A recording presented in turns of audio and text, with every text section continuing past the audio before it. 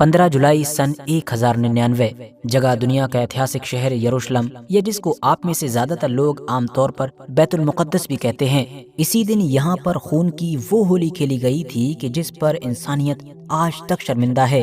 کیونکہ یہی وہ دن تھا کہ جب صلیبی فوجیں اس خاص شہر کے اندر داخل ہوئی تھیں اور ان لوگوں نے داخل ہوتے ہی ہر عام اور خاص انسان کا قتل عام شروع کر دیا تھا۔ یہ لوگ کسی کا ہاتھ کاٹتے تو کسی کا پیر کاٹ دیتے، کسی کو ٹارچر کرنے کے بعد اس کو جلتے ہوئے آگ کے الاؤ میں جھونک دیتے تھے۔ خود ویسٹرن ورلڈ سے ہی تعلق رکھنے والے برٹش ہسٹورین تھومس اسکاٹ ایسبرج لکھتے ہیں کہ یہ لوگ پہلے ماؤں سے ان کی گود سے زبردستی بچے چھینا کرتے تھے اور پھر ان کو دیوار پر مار کر قتل کر دیا کرتے تھے۔ ایسے بچوں کی بڑی تعداد تھی کہ جن کو بالکل اسی طرح سے دیواروں سے پٹک پٹک کر قتل کیا گیا تھا۔ بے شمار عورتوں کو بھی تلواروں سے کاٹ دیا گیا، اور تو اور کچھ ایسے مسلمان بھی تھے کہ جنہوں نے اپنی جان بچانے کی خاطر اس مشہور اور ایتہاسک بلڈنگ مطلب کہ ڈوم آف دا راک کے اندر پناہ لی، اور یہاں پہنچنے والے جو کچھ صلیبی لوگ تھے انہوں نے ان کو پناہ دے بھی دی۔ ان کی طرف سے ایک جھنڈا دیا گیا کہ تم اس جھنڈے کو اپنے پاس رکھنا تاکہ تم محفوظ رہ سکو، لیکن ان لوگوں کے ساتھ بھی ہوا یہ کہ جیسے ہی وہ جھنڈا دینے والے صلیبی وہاں سے چلے گئے اور دوسرے صلیبی آئے تو انہوں نے آتے ہی ان کو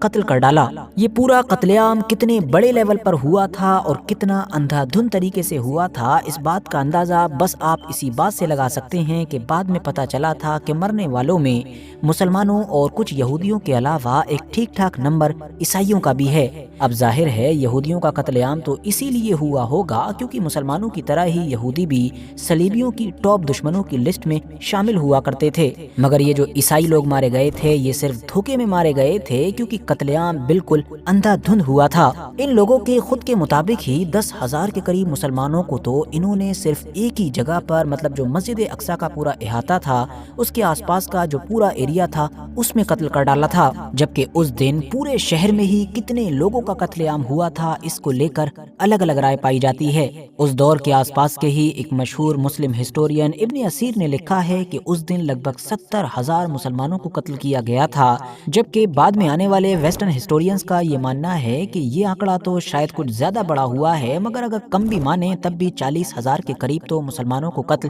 کیا ہی گیا تھا۔ اچانک سے اب کچھ صلیبیوں نے لوگوں کو قتل کرنے کے بعد ان کا پیٹ چیرنا بھی شروع کر دیا تھا، اور یہ سب کچھ اس لیے کیا جا رہا تھا کیونکہ ہر طرف یہ خبر پھیل گئی تھی کہ کچھ لوگوں نے مرنے سے پہلے جو ان کے اپنے سونے کے سکے تھے یا باقی چیزیں تھیں وہ اس ڈر سے نگل لی تھیں کہ یہ بعد میں صلیبیوں کو نہ مل سکے۔ اور حیرانی کی بات یہ ہے کہ اس طرح سے بہت سارے لوگوں کا پیٹ چیر کر صلیبی لوگ کچھ کے پیٹوں سے وہ سونے کے سکے یا گنیاں نکالنے میں کامیاب بھی ہو گئے تھے۔ خون سے سنے ہوئے انہی ہاتھوں میں سونے کے سکے یا پھر اپنی اپنی صلیبیں لے کر یہ سارے صلیبی فوجی اب یروشلم کے اندر موجود جو مین چرچ تھا اس کے سامنے کھڑے ہو کر نعرے لگا رہے تھے۔ ہر طرف افراتفری کا ماحول تھا اور صرف دو طرح کی ہی آوازیں سنائی دے رہی تھیں، یا تو ان لوگوں کے چیخنے اور چلانے کی کہ جن کا قتل عام ہو رہا تھا، یا پھر ان لوگوں کے نعروں کی کہ جو یہ سب کچھ کر رہے تھے۔ مگر ایک منٹ، یہ صلیبی لوگ یہاں پر کر کیا رہے تھے؟ کیونکہ دنیا کے نقشے میں دیکھیں تو یہ یروشلم شہر مسلم دنیا کے بالکل بیچوں بیچ موجود ہے، وہیں دوسری طرف ان سارے صلیبی عیسائی فوجیوں کا تعلق تو آج کے حساب سے دیکھیں تو فرانس اور یوکے جیسے علاقوں کی طرف سے تھا، تو یہ اتنا لمبا راستہ طے کر کے یہاں تک پہنچے کیسے؟ اور اس سے بھی بڑا سوال تو یہ ہے کہ یہ صلیبی یا جن کو کروسیڈر بھی کہا جاتا ہے یہ تھے کون؟ ان میں اور عام عیسائیوں میں کیا فرق تھا؟ اور یروشلم شہر کے اندر یہ سب کچھ کیوں کر رہے تھے؟ ان سارے ہی سوالوں کے جواب تو آسان بھاشا میں جانیں گے ہی، مگر ساتھ ہی ان صلیبی جنگوں کی پوری کہانی بھی جانیں گے کہ جو لگ بھگ 200 سال تک چلی، اور یہودیوں ورسس عیسائیوں کی اس لڑائی میں وہ داستانیں رقم کی گئیں کہ جن کو اگر آج بھی پڑھ یا سن لیا جاتا ہے تو لوگوں کے دل دہل جاتے ہیں۔ یہ ساری صلیبی جنگیں کہ جن کو آج دا کروسیڈ وار بھی کہا جاتا ہے، ان ساری جنگوں کا آغاز ہوا تھا آج سے لگ بھگ 1000 سال پہلے، مطلب کہ 11ویں صدی میں۔ ساتھیوں، سب سے پہلے تو ہم لوگوں کو اس دور کے مسلم دنیا کے نقشے کو دیکھنا پڑے گا کہ جب مسلمانوں کو کسی دور میں ان کے اتہاس کا گولڈن ایج دینے والی خلافت مطلب کہ خلافت عباسیہ کمزور پڑ کر پوری طریقے سے سکڑ گئی تھی اور صرف بغداد تک سیمت رہ گئی تھی۔ اب کیونکہ مسلم دنیا صرف کسی ایک جھنڈے کے نیچے تو یونائٹ تھی نہیں، تو اسی لیے بہت سارے حکمران تھے، بہت سارے سردار تھے جو وقت پر آپس میں ہی لڑتے رہتے تھے،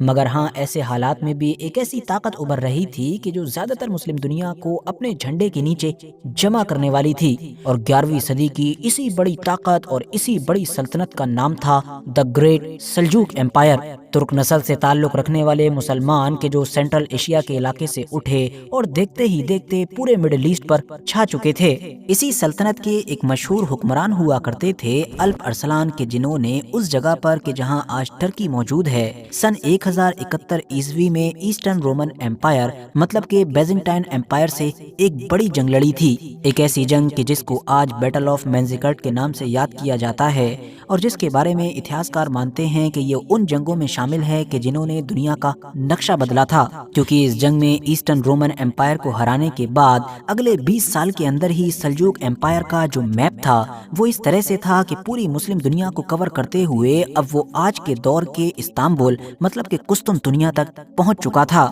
جبکہ نیچے کی سائڈ سے دیکھیں تو اب سلجوق ایمپائر کا جو بارڈر تھا وہ مصر کی اس فاطمی سلطنت سے جا کر ملتا تھا کہ جو اس دور میں مسلم دنیا کی دوسری بڑی سلطنت تھی، اور ہاں ایک شیعہ سلطنت تھی۔ ترک سلجوقوں کا اتنی تیزی کے ساتھ قسطنطنیہ کے بارڈر پر آ کر کھڑا ہو جانا صرف بیزنٹائن ایمپائر ہی نہیں بلکہ جو پورا ایسٹرن یورپ تھا اس کے لیے خطرے کی گھنٹی تھی۔ ان لوگوں کو یہ خطرہ ستانے لگا تھا کہ اگر فوراً ہی کچھ بڑے قدم نہیں اٹھائے گئے اور یہ لوگ کسی طریقے سے قسطنطنیہ مطلب آج کے استنبول کو حاصل کرنے میں کامیاب ہو گئے تو پھر تو بڑی آسانی کے ساتھ پورے یورپ میں انٹر کر جائیں گے۔ بس اسی پریشانی کے عالم میں اس دور کے بیزنٹائن ایمپائر کے جو حکمران تھے مطلب کہ الیکسیس فرسٹ، انہوں نے اس دور کے پورے یورپ کے جو پوپ تھے مطلب کہ اربن II ان سے مدد مانگی۔ جیسے ہی پوپ اربن II کو الیکسیس فرسٹ کا یہ میسج ملا ان کے تو فوراً کان کھڑے ہو گئے، کیونکہ پوپ کے دماغ میں تو پہلے سے ہی کچھ بڑا کرنے کا منصوبہ چل رہا تھا اور وہ تو پہلے سے ہی ایسے ہی کسی موقع کی تلاش میں تھے، اسی لیے انہوں نے الیکسیس فرسٹ کی طرف سے جو مدد کی ریکویسٹ کی گئی تھی اس کو فوراً قبول کر لیا، اور اس کے بعد پوپ اربن فرانس کے دورے پر گئے، جہاں پہلے تو انہوں نے ایک جو ریلیجیس کانفرنس ہونا تھی اس کو اٹینڈ کیا، اور اس کے بعد وہاں کے عام لوگوں کو اکٹھا کر کے ان کے سامنے ایک ایتہاسک تقریر کی۔ پوپ نے اپنی تقریر میں کہا کہ ایک ایسی قوم کہ جو خدا کو جانتی ہی نہیں ہے اس نے ہم عیسائیوں کی مقدس جگہوں پر قبضہ کر لیا ہے۔ ان لوگوں نے مطلب کہ مسلمانوں نے اپنی کرتوتوں سے گرجا گھروں کی جو مقدس قربان گاہیں ہیں ان کو تباہ کر ڈالا ہے، عیسائیوں کا مقدس خون بیپٹزمل کے مقدس فواروں کے اندر ڈالا جا رہا ہے، یہ لوگ عیسائیوں کو کاٹتے ہیں اور عیسائی عورتوں کے ساتھ کیا کرتے ہیں اس کا تو میں یہاں پر کیا ہی ذکر کروں، اس کا تو ذکر کرنا بھی گناہ ہے، بہتر ہوگا کہ تم یوں ہی سمجھ جاؤ اور میں خاموش رہوں۔ تو دوستو پوپ کی زبان سے نکلنے والے یہی وہ ہسٹوریکل ورڈز تھے کہ جنہوں نے اس آگ کو چنگاری دی تھی کہ جو اگلے 200-300 سال تک بجھائی نہیں بجھ سکی تھی۔ معاملہ یہ تھا کہ Pope Urban II Byzantine empire کی بارڈر پر سلجوقوں کے خلاف مدد تو کرنا چاہتے تھے، مگر ساتھ ہی یہ وہ بھی دور تھا کہ جب پوپ کی طرف سے یہ لگاتار کوشش کی جا رہی تھی کہ غریب، کمزور اور ٹوٹا ہوا یورپ کے جو آپس میں ایک دوسرے سے ہی لڑتا رہتا ہے اس کو پہلے یونائٹ کیا جائے اور پھر پولیٹیکلی اس کو صرف ایک جھنڈے کے نیچے مطلب کہ چرچ کے انڈر میں لایا جائے، یا اگر دوسرے شبدوں میں کہا جائے تو انڈائریکٹلی پوپ کی حکمرانی میں لایا جائے۔ تو اسی لیے جب حکمران الیکسیس کی طرف سے مدد مانگی گئی تو پوپ کے دماغ میں یہ آئیڈیا آیا کہ کیوں نہ عیسائیوں کے سب سے مقدس شہر مطلب کہ یروشلم کو سینٹر پر رکھ کر ایک ریلیجیس وار، ایک مقدس جنگ شروع کروا دی جائے۔ اس سے تمام بکھرا ہوا یورپ کرسچینٹی کے نام پر نہ صرف یونائٹ ہو جائے گا بلکہ خود پوپ کے انڈر میں بھی آ جائے گا، اور ہوا بھی بالکل وہی کہ جو پوپ نے سوچا تھا، کیونکہ پوپ نے فرانس کے اندر جیسے ہی یہ تاریخی تقریر کی تو فرانس سمیت آس پاس کے پورے یورپ میں چنگاری لگ گئی، کیونکہ ہر طرف غصہ ہی غصہ نظر آنے لگا اور ایک کے بعد ایک اب تمام عیسائی علاقے یونائٹ ہو کر یروشلم کی طرف چلنے کے نعرے لگانے لگے۔ بعد میں آنے والے لگ بھگ سارے ہی ہسٹورینز اس بات پر ایگری نظر آتے ہیں کہ پوپ اربن II کی یہ اسپیچ ایک ایموشنلی پروپیگنڈا تھی، مطلب وہ پورے یورپ کو یہ میسج دینا چاہ رہے تھے کہ یروشلم شہر کے اندر عیسائیوں کا قتل عام ہو رہا ہے، ان کی عورتوں کے ساتھ بہت ہی گندا اور گھنونا سلوک کیا جا رہا ہے، خاص طور سے ان یورپینز کے ساتھ بھی بہت برا سلوک کیا جاتا ہے کہ جو مقدس سفر کے ارادے سے یروشلم پہنچتے ہیں۔ حالانکہ یہ سارے دعوے، یہ سارے الزام سچائی سے کوسوں دور تھے، کیونکہ اس دور میں یروشلم میں ایسا کچھ ہو ہی نہیں رہا تھا، مگر اس تقریر سے پورے یورپ میں آگ تو لگ ہی چکی تھی اور پوپ اربن اپنے مقصد میں کامیاب ہو چکے تھے۔ کچھ وقت کے بعد 1 لاکھ سے بھی زیادہ یورپین لوگ کہ جس میں مرد، عورتیں اور بچے سب شامل تھے، وہ مڈل ایسٹ کی طرف ایک خونی جنگ کے لیے نکل پڑے تھے کہ جس کا مقصد صرف اور صرف مسلمانوں سے مقدس شہر مطلب کہ یروشلم کو حاصل کرنا تھا۔ مگر ظاہر ہے وہ یورپ کے جو نہ صرف اس دور میں غریب تھا بلکہ ایک دوسرے سے لڑنے جھگڑنے کے لیے مشہور تھا، وہاں سے اچانک سے یہ اتنی بڑی ایک یونائٹ فوج یوں ہی جمع نہیں ہو گئی تھی، بلکہ اس کام کے لیے پوپ کی طرف سے کافی محنت کی گئی تھی۔ ان کی تقریر سے مسلمانوں کے خلاف پہلے سے ہی غصے سے بھرے ہوئے یورپینز کے بیچ پرچار کیا جاتا تھا، اس بات کا پرچار کہ جو بھی اس مقدس سفر کے لیے جائے گا، جو بھی اس مقدس جنگ پر جائے گا، اس کے تمام گناہ معاف ہو جائیں گے اور اس کو مرنے کے بعد جنت ملے گی۔ اس کے علاوہ پوپ کی طرف سے یہ بھی اعلان کیا گیا تھا کہ یہ کوئی عام جنگ نہیں ہے، بلکہ اس پر جتنے بھی جنگجو جائیں گے وہ دراصل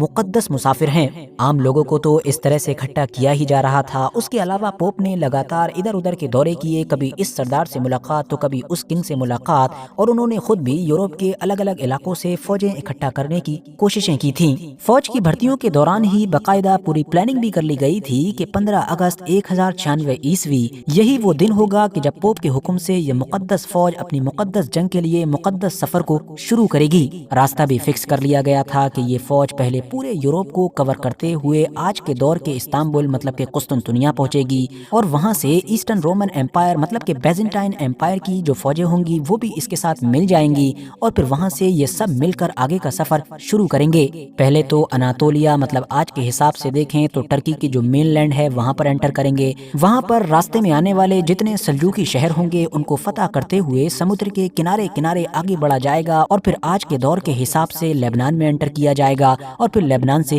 فلسطین پہنچا جائے گا۔ اس کنارے کنارے والے راستے میں جتنے بھی اہم شہر آئیں گے ان سب کو پہلے فتح کرنا ہوگا، اس کے بعد ہی ہم اپنے سب سے مقدس شہر یروشلم تک پہنچ پائیں گے۔ سب کچھ ٹھیک ٹھاک تھا اور صحیح ڈائریکشن میں جا رہا تھا، مانو یہ سفر بھی شروع ہی ہونے والا تھا کہ اس سے پہلے ہی یورپ کے عیسائیوں سے ایک بڑی غلطی ہوئی، یا یہ کہہ سکتے ہیں کہ ایک بڑی ہی گھاتک اور خونی غلطی ہوئی، جس غلطی کو ہی آج دا پیپل کروسیڈ مطلب کہ عام لوگوں کی صلیبی جنگ کہا جاتا ہے۔ معاملہ یہ تھا کہ اس دور میں فرانس کے علاقے میں ایک عیسائی آدمی ہوا کرتا تھا جس کا نام پیٹر دی ہرمٹ تھا۔ اب یہ پوپ تو تھا نہیں اور نہ ہی پوپ اربن کی طرح اثردار اور طاقتور تھا، مگر ہاں یہ خود ایک عیسائی پادری ضرور تھا، اور اس دور میں اس نے اپنے بارے میں ایک کہانی بھی کافی مشہور کر رکھی تھی۔ پیٹر کی کہانی کے مطابق وہ ایک لمبا سفر طے کر کے آلریڈی مقدس شہر یروشلم ایک بار جا چکا تھا، اور وہاں پر مسلمان جو عیسائیوں کے ساتھ ظلم و ستم کر رہے تھے اس کو اپنی آنکھوں سے دیکھ چکا تھا۔ اور تو اور پیٹر نے یروشلم شہر کے اندر موجود اس خاص چرچ کو لے کر بھی ایک بڑا دعویٰ کیا تھا کہ جو چرچ عیسائیوں میں سب سے اہم سمجھا جاتا ہے،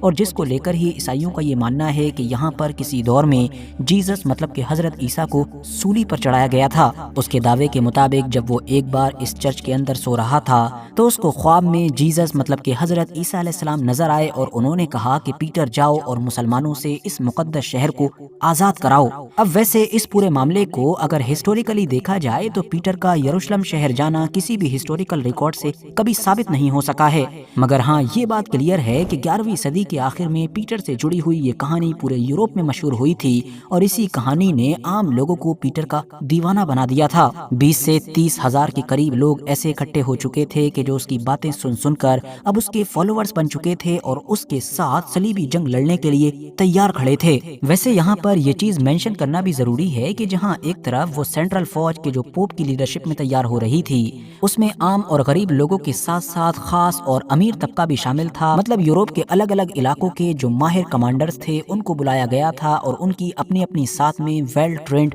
فوجیں بھی موجود تھیں۔ مگر دوسری طرف یہ جو پیٹر تھا اس کے زیادہ تر فالوورز یورپ کے غریب اور کمزور لوگ تھے، اور اگر جنگ کے لحاظ سے دیکھا جائے تو ہاں ان پروفیشنل بھی تھے۔ اچانک سے ایک دن جوش میں پیٹر انہی تمام عام لوگوں کے ساتھ صلیبی جنگ کے لیے نکل پڑا، مطلب نہ تو وہ اپنے عام لوگوں کے ساتھ اس مین آرمی میں شامل ہوا کہ جو پوپ کی لیڈرشپ میں تیار کی گئی تھی، اور نہ ہی اس نے ان کے آنے کا انتظار کیا۔ اب یہاں پر حیرانی کی بات یہ ہے کہ پیٹر کا وہ لشکر کہ جو مسلمانوں سے یروشلم شہر چھیننے کے ارادے سے نکلا تھا، وہ ابھی کچھ ہی آگے بڑھ پایا تھا کہ اس نے کچھ اور ہی کام شروع کر دیا۔ دراصل یورپ کے ہی جرمنی کے علاقے میں پہنچ کر ان لوگوں نے اپنے ایک اور دشمن کہ جو مسلمانوں سے بھی پرانے دشمن تھے، مطلب کہ یہودیوں کے خلاف جنگ شروع کر دی۔ ان کی بستیوں میں خوب لوٹ مار مچائی، ان کا قتل عام کیا اور بہت سارے یہودیوں کو تو زبردستی مذہب بدلنے پر بھی مجبور کیا گیا۔ اس کے بعد یہ لوگ تھوڑا اور آگے بڑھے اور جب ہنگری کے علاقے میں پہنچے تو وہاں پر بھی انہوں نے یہی کام کیا، جس کی وجہ سے اب ان کا سامنا ہنگری کی فوج سے بھی ہوا۔